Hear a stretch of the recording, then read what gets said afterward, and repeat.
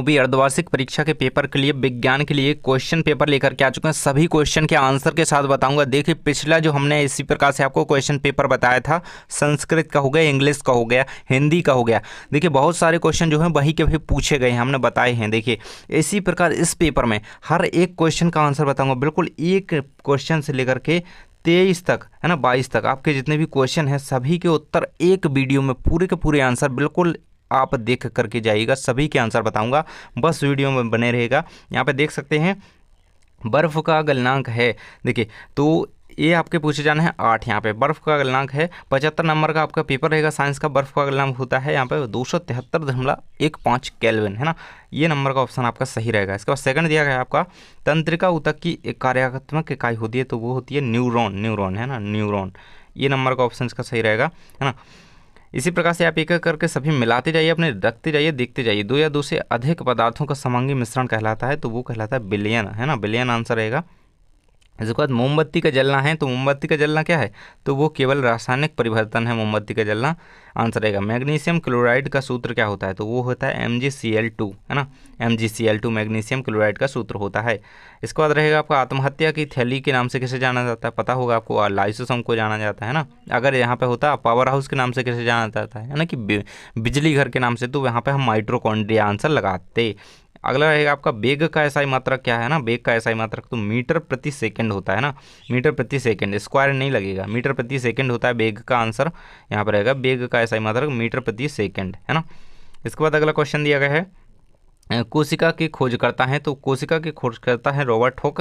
याद रखिएगा। देखिए सभी क्वेश्चन को अच्छी तरीके से याद कर लेना, क्योंकि आपको यहाँ पे एक भी क्वेश्चन नहीं छोड़ना है, बहुत ज़्यादा ये सारे के सारे इंपॉर्टेंट हैं, बिल्कुल अच्छे से याद कर लेना। किसी वस्तु का खालिस्तान द्रव्यमान गुरुत्व त्वरण के गुणनफल के बराबर होता है ना, तो इसका आंसर लिखेंगे आप भार, पहले वाले का आंसर लिखेंगे, जिसपे मैं टिक कर दूँ उसका आंसर यहाँ पे लिखा हुआ होगा, है ना।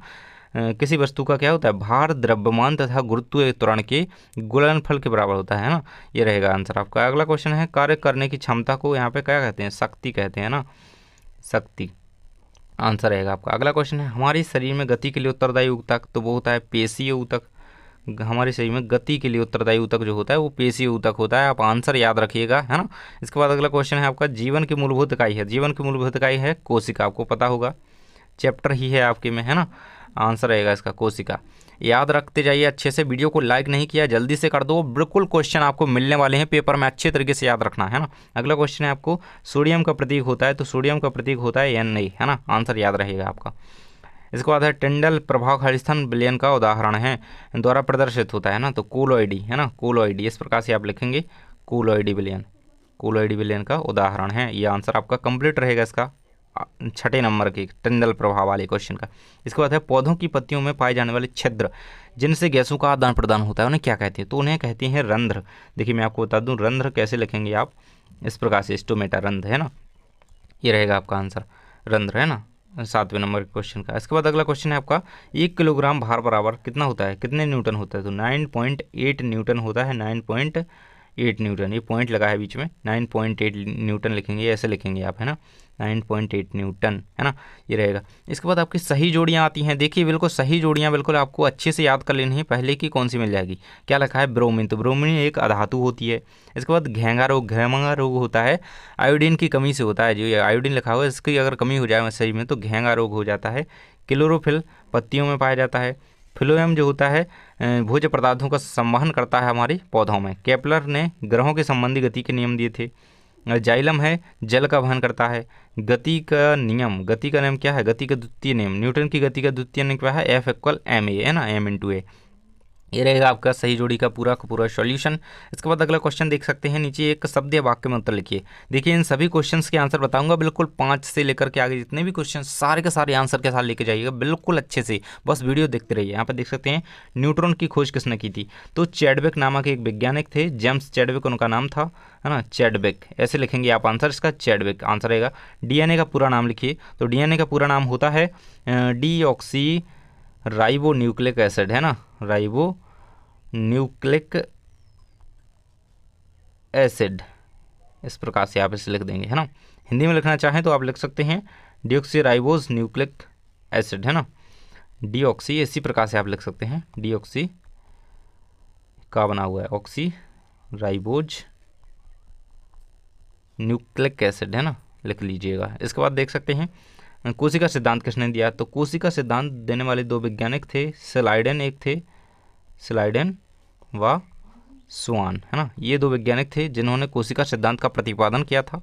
अगला क्वेश्चन है स्थिर अनुपात का नियम किसने प्रस्तुत किया था, तो आंसर रहेगा आपका प्राउस्ट ने है ना।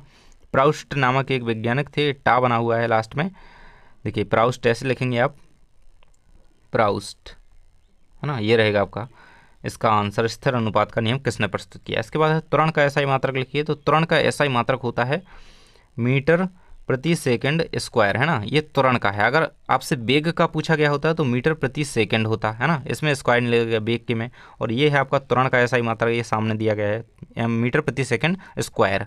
इसके बाद आंसर रहेगा आपका किसी वस्तु की गतिज ऊर्जा के लिए व्यंजक क्या है, तो गतिज ऊर्जा क्या होती है, काइनेटिक एनर्जी, के ई है ना, काइनेटिक एनर्जी बराबर 1/2 mv², ये रहेगा गतिज ऊर्जा का व्यंजक है ना, किसके लिए, किसी वस्तु की गतिज ऊर्जा के लिए।